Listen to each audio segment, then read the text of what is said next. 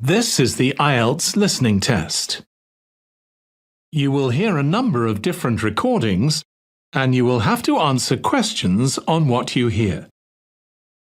There will be time for you to read the instructions and questions, and you will have a chance to check your work. All the recordings will be played once only. The test is in 4 parts.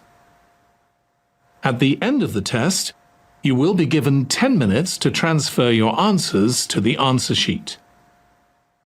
Now turn to Part 1. You will listen to an interview with Mr. Sargent and a customer care officer of a vacuum cleaning company. First, you have some time to look at questions 1 to 5.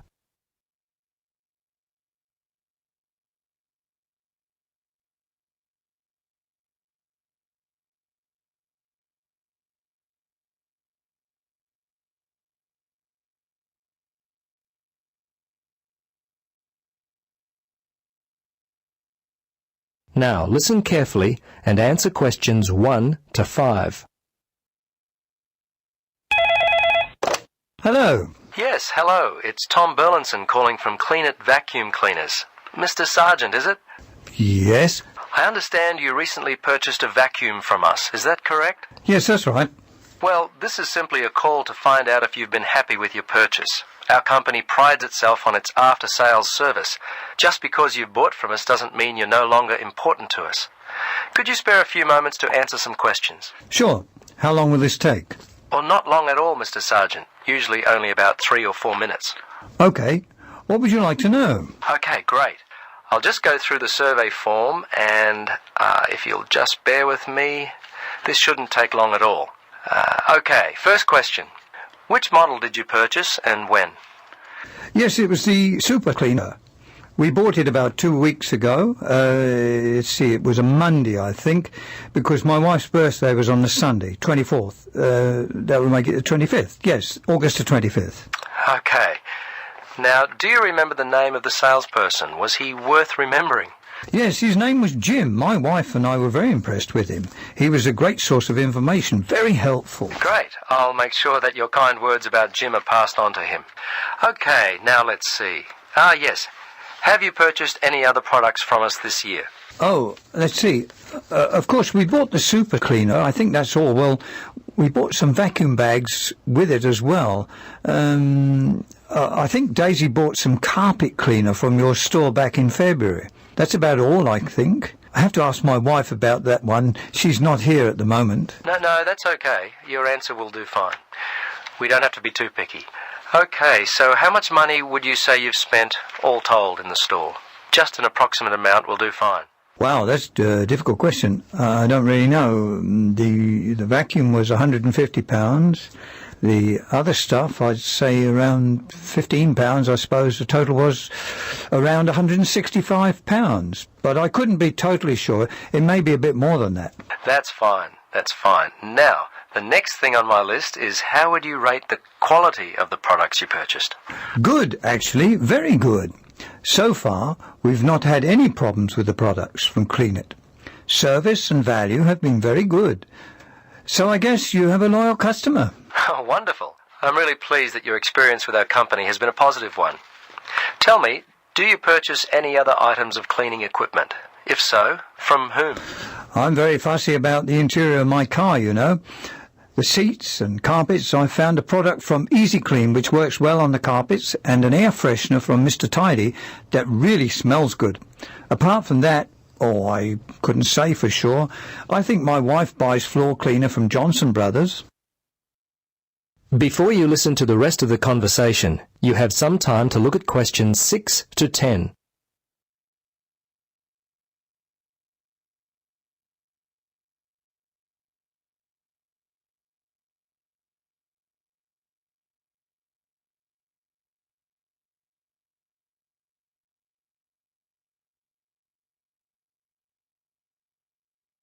Now listen and answer questions 6 to 10. Well, we've just introduced a new line of car fresheners. You might like to stop by. We'll offer you a 20% discount.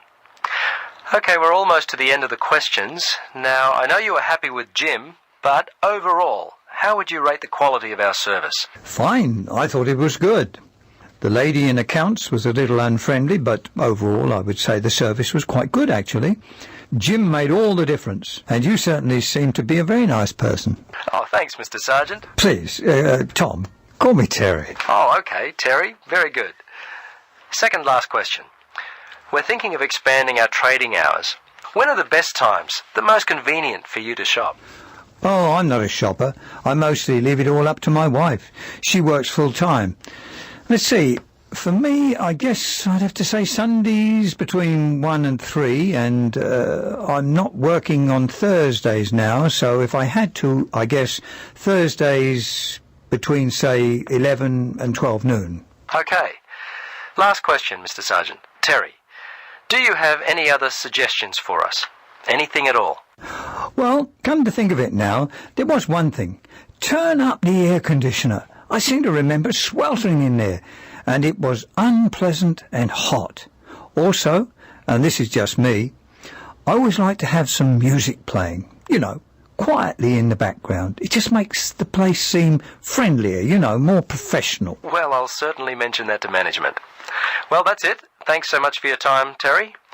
If there is anything we can do in the future to help you, don't hesitate to call us. Okay, bye now. Yes, bye-bye, and thanks again. That is the end of part 1. You now have 30 seconds to check your answers.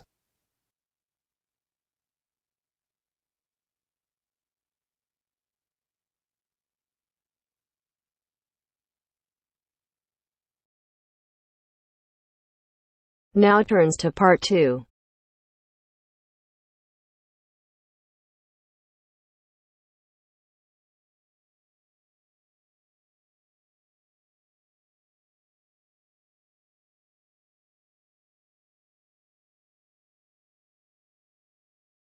You will hear a childcare worker telling some mothers about the advantages of her centre.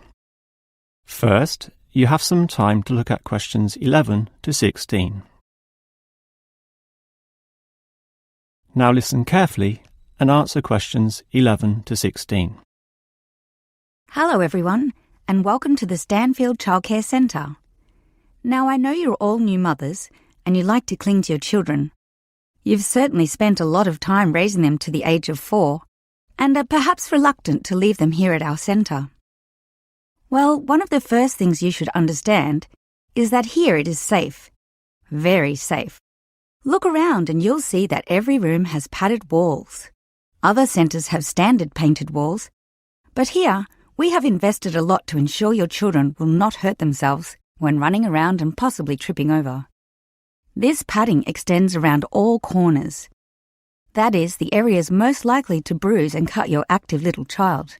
So, you can rest assured that any accidents of a physical nature are not likely to happen here. Now, you don't want to dump your child at this centre and let them waste their time. You want them to learn, and that's one of the greatest assets of our establishment. Our staff are not only trained childcare workers, but all of them have a special skill which they can impart to your child. Whether it be teaching the ABC, some basic mathematics, artistic skills, or physical education. We are particularly known for our preschool literacy program and have a wealth of learning toys specially designed to develop your child's potential. Of course, one concern many mothers have is that, in environments such as these, colds and flus and other viral nasties can be easily spread around. It's a very legitimate concern, and one which we take seriously, and we pride ourselves on our precautions. For a start, unlike most centres which clean with standard detergents, we disinfect every service at the end of every day, using a special disinfectant wash. Some places just wipe surfaces daily with a damp cloth, but not us, and that's just the start. We also physically check your children when they arrive every day, and if we feel your child is sick, we ask him or her to wear a face mask to ensure germs are not transmitted. If your child is noticeably sick, then we ask you to take them back home to recover. This might sound a little unkind, But we hope parents can understand that these measures are for the benefit of all. Before you hear the rest of the talk, you have some time to look at questions 17 to 20.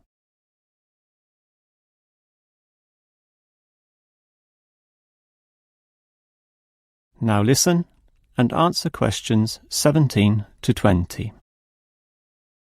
Now at Stanfield Childcare Centre, we have excellent childcare officers. And let me briefly introduce them. We have Susan, Andrea, Bella, Kathy, Lisa and Liz. They're all fully trained and come with some individual assets which make them even better. Bella, for instance, knows children very well, having worked here for 5 years, and Kathy has her own family, 2 little girls, so she can talk to you with first-hand knowledge of what it's really like to raise children. But getting back to Bella, she often relaxes here after work, spending long hours chatting to parents, as does Kathy in fact.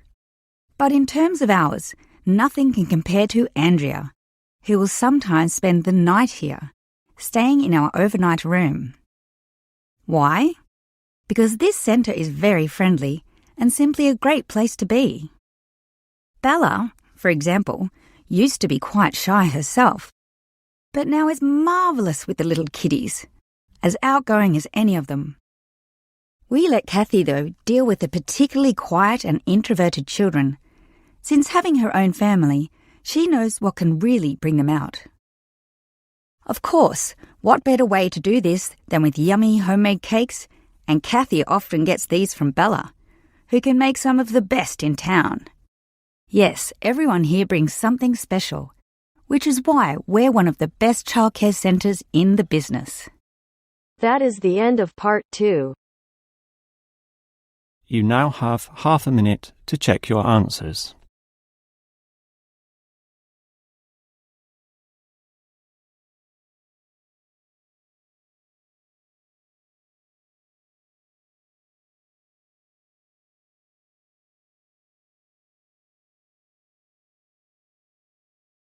Now turns to part 3.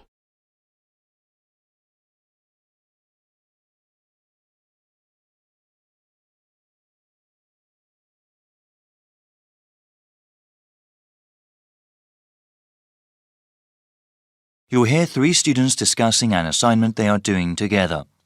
First, you have some time to look at questions 21 to 26.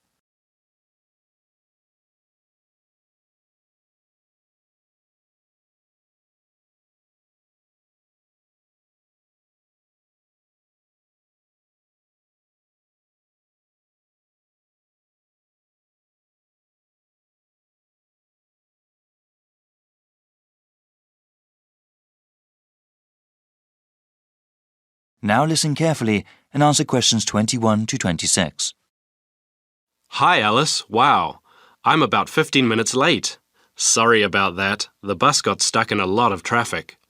You want to go over the presentation we have to do now, or get something to eat? No problem. There's always traffic at this time.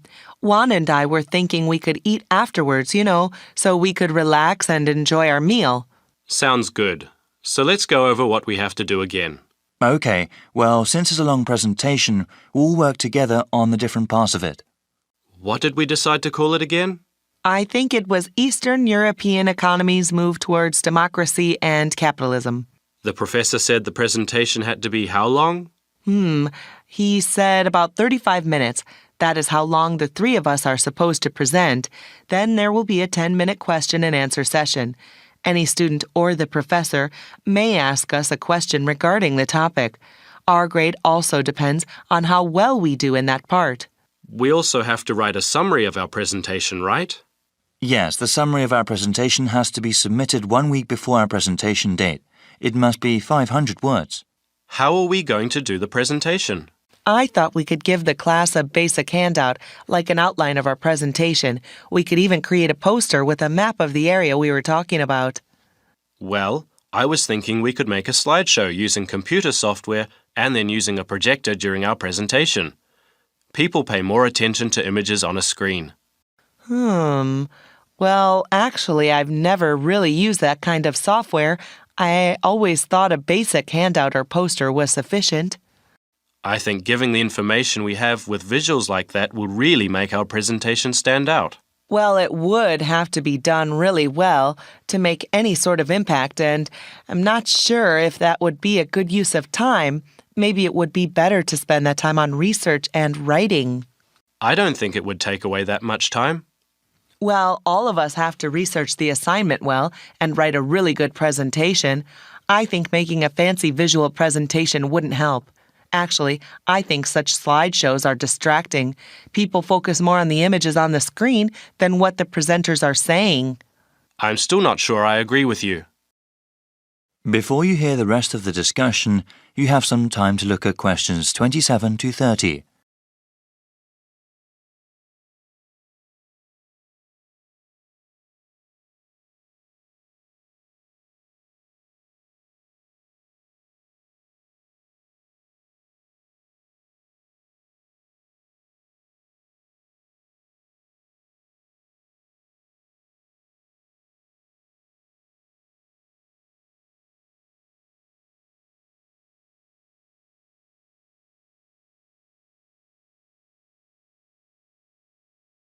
Now listen and answer questions 27 to 30. All right then, let's go through some of the reading material. What was the main text we had? It's called The Political Economy of the Former Soviet Bloc by Fovac. That's spelled F-O-V-A-C? Yes, that deals with the specific area of Europe we are researching. There is also An Economy in Transition by Smith. That one is published by the University Press. Well, the professor suggested another useful book, one that focuses on the leadership of those countries. Sometimes the personalities of those in power affected historical events.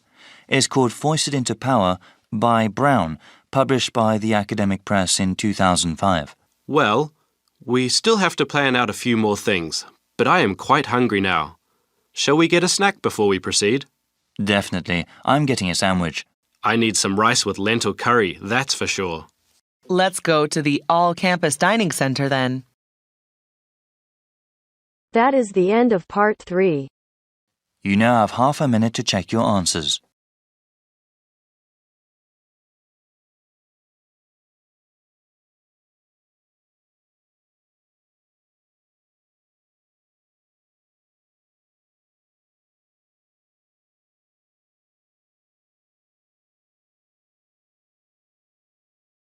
Now turns to part 4.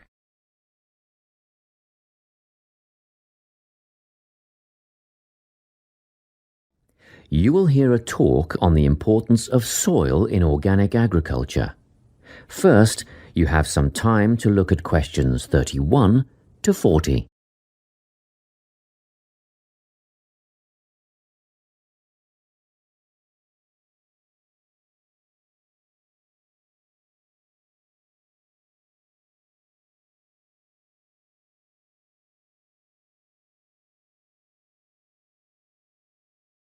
Listen carefully and answer questions 31 to 40. Welcome to this talk on soil science and organic farming. Dirt, soil, earth, loam, mud or dust, it doesn't matter what you call it, is of primary importance in the production of food and other crops. Most people think of it just as a substrate or medium in which plants grow, but it's more than that. It's actually a living entity. Or it should be if it's healthy, and human health is affected by the health of the soil. Healthy, living soil is literally crawling with life. There are the obvious earthworms, which burrow in the soil and help to aerate and improve it, beetles and other hard-backed insects, and various invertebrates like centipedes. Then there are fungi and bacteria, also living forms. Healthy soil needs food, air, and water to help plants grow. And the more nutrients in plants, the more available for humans and livestock. It stands to reason, therefore, that plants grown in poor soil will have few nutrients to pass on to the consumer, whose well-being will be worse off over the long term. So, where do plants get their nourishment? Most of it comes from the soil. Some nutrients are made up of minerals from the earth, while others come from dead plant and animal matter, which is broken down over time by the living insects and other organisms in the soil. Plants depend on these little living creatures to convert minerals and other vital elements into a utilizable form that can be taken up by the plants.